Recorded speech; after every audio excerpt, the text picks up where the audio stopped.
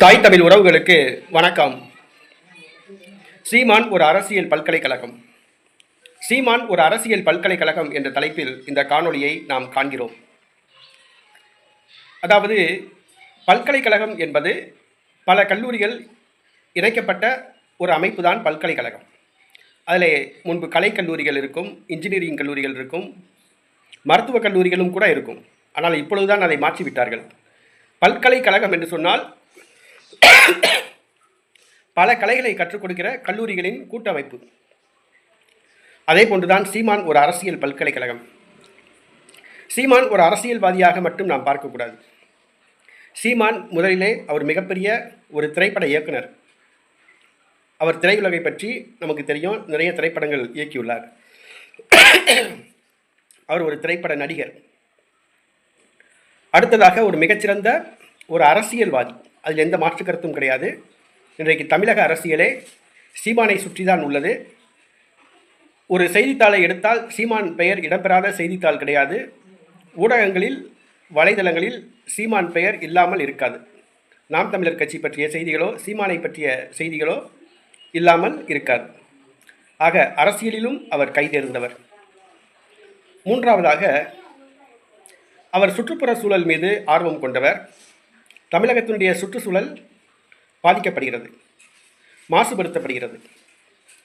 அதாவது plastic carry bag கொண்டு வந்து மண் வளத்தை மாசுபடுத்துகிறார்கள். கனிம வள கொள்ளை நடத்தப்படுகிறது. ஆற்று மணல் கடத்தப்படுகிறது. அடுத்ததாக இயற்கை மீது பேரார்வம் கொண்டவர், இயற்கையை பற்றி அறிந்தவர். விவசாயத்தின் மீது ஆர்வம் கொண்டவர், விவசாயத்தை பற்றி நன்கு அறிந்தவர். விவசாயம் பாதிக்கப்பட்ட, விவசாயத்தை கைவிட்ட நாடுகளெல்லாம் எவ்வாறு பிச்சை எடுக்கின்றன என்று விவரமாக சொல்லுவார். விவசாயத்தை பற்றி புள்ளி விவரமாக சொல்லுவார். இன்றைக்கு விவசாய நிலங்கள் எல்லாம் ரியல் எஸ்டேட் போட்டு விற்கிறாங்க, அதெல்லாம் நீ கண்டித்து குரல் கொடுப்பவர். ஆன்மீகத்திலே அதிக ஈடுபாடு கொண்டவர், சைவ சமயத்திலே ஈடுபாடு கொண்டவர், குருதிக்கொடையிலே ஈடுபாடு கொண்டவர். உயிர் காக்கும் குருதிக்கொடை, தன்னுடைய கட்சியிலே குருதிக்கொடை பாசறை என்ற ஒரு அமைப்பை நிறுவி அவர் நடத்தி வருகிறார். விளையாட்டிலே தீவிர ஆர்வம் கொண்டவர். விளையாட்டுக்கென்று வீரத்தமிழர் முன்னணி என்ற ஒரு பாசறை நடத்துகிறார். அதே போன்று பழங்குடியினர் மத்தியிலே அவர்களுடைய வாழ்க்கை முன்னேற்றத்துக்காக பாடுபடுபவர். பழங்குடியினர் பாசறை என்ற ஒரு பாசறை நடத்தி வருகிறார். தமிழக அரசியல் மட்டுமல்லாமல், தேசிய அரசியல் மட்டுமல்லாமல், சர்வதேச அரசியலையும் கரைத்து குடித்தவர் செந்தமிழன் சீமான். தமிழை பற்றி, சங்க இலக்கியங்களை பற்றி, தமிழ் தலைவர்களுடைய நூல்களை பற்றி, புலவர்களுடைய நூல்களை பற்றி, செயல்களை பற்றி கேட்டால் அக்குவேறு ஆணிவரியாக தனித்தனியாக பிரித்து எடுத்துக் கூறுவார். தமிழ் தேசியத்தை பற்றி சொன்னோம் என்று சொன்னால் அதை ஆனாலிருந்து அக்கண்ணா வரைக்கும் எடுத்து சொல்லுபவர். 10க்கு 10 அறையில் முடங்கி கிடந்த தமிழ் தேசியத்தை பரந்த தமிழகம் முழுவதும் கொண்டு போய் சேர்த்தவர் செந்தமிழன் சீமான் தான். அவர் பற்ற வைத்த நெருப்பு இன்னைக்கு எரிய துவங்கிருச்சு. யார் தமிழர், யார் திராவிடம் என்று பிரித்து காட்டுபவர். ஆரியம் எதிரி, திராவிடம் துரோகி என்று எடுத்துக் கூறுபவர்.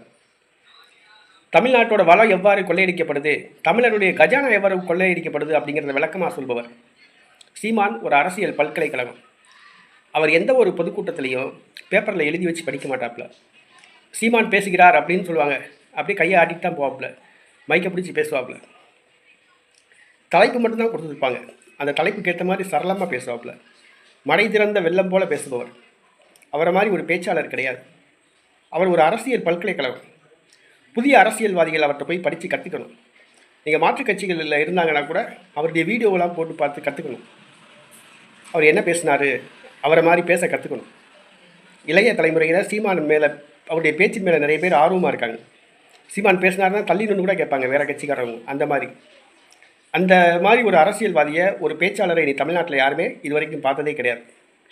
இன்றைக்கி மு.க. ஸ்டாலின் திராவிட தலைவர், திமுகவுடைய தலைவர், அவர்கிட்ட கேளுங்க, ஒன்றுமே கிடையாது. சாம்பிராணி கூட கிடைக்காது அவர்கிட்ட பேசுனீங்கன்னா. சாம்பிராணியை பற்றி கூட அவருக்கு பேச தெரியாது. எழுதி வச்சதை வாசிப்பார், ஆனால் எழுதி வச்சதை கூட வாசிக்க தெரியாது. பாரதியார்னு வாசிக்கிறதுக்கு பதிலாக பாதிரியார்னு வாசிக்கிறாப்புல. பாலியல் பலாத்காரம் அப்படின்னு சொல்கிறதுக்கு பதிலாக பாலியல் பலகாரம்னு சொல்லிட்டு வராப்புல. அதான் மு.க. ஸ்டாலின். எழுதி வச்சதை கூட வாசிக்க தெரியாதால். அடுத்து தொடை நடுங்கி உதயநிதி ஸ்டாலின். மைக்கு கொடுத்து பேசுனா தொடை நடுங்கும், அப்படியே கடிச்சிப்படுத்து முகத்தை தொடச்சிக்கிட்டே பேசுவாப்புல. அது வந்து நான் வா, என் வீட்டுக்கு வா, நான் அட்ரஸ் தரேன், ஈடியா வா, நான் இங்கே தான் இருப்பேன் அப்படின்பார். தொடை நடுங்கி. ஊழல் மன்னன் உதயநிதி, யூஸ்லெஸ் உதயநிதி. அடுத்து செல்வ பெருந்தகை, அவர் குண்டர் சட்டத்தில் கைது செய்யப்பட்டவர். எந்த ஒரு தலைவருமே சீமானை போன்று நிறைகுடம் கிடையாது. திருமாவளவன் சொந்த சமுதாயத்துக்கே துரோகம் விளைக்கிறவர். திருமாவளவன் ஒத்த சீட்டுக்காக வேண்டி திமுகவுக்கு முட்டு கொடுத்துட்டு இருக்காப்புல. வேங்கை வயல் பிரச்சனை பாருங்கள், பத்து எரிஞ்சிக்கிட்டு இருக்கு. இன்றைக்கி கூட 21 விடுதலை சிறுத்தை கட்சியினரை கைது செஞ்சுருக்காப்புல. திமுக போய் மண்டிக்கிட்டு வந்திருக்காப்புல. இதுதான் சீமான் ஒரு அரசியல் பல்கலைக்கழகம், புரிஞ்சுக்கோங்க. அவர்கிட்ட போய் நிறைய கற்றுக்கோங்க. மாற்றுக் கட்சியினரும் அவரை பார்த்து கற்றுக்கணும். தமிழ் தேசியவாதிகள் அனைவரும் கற்றுக்கணும். நாம் தமிழர் கட்சியை சார்ந்தவர்கள் அனைவரும் சீமானுடைய பேச்சை கேட்டு கற்றுக்கணும். அப்படி ஒரு தலைவரை நான் பார்த்தது கிடையாது, இனிமேல் நான் பார்க்க போவதும் கிடையாது. என்னுடைய வாழ்நாள் முழுக்க சீமான் சீமான் சீமான் தான்.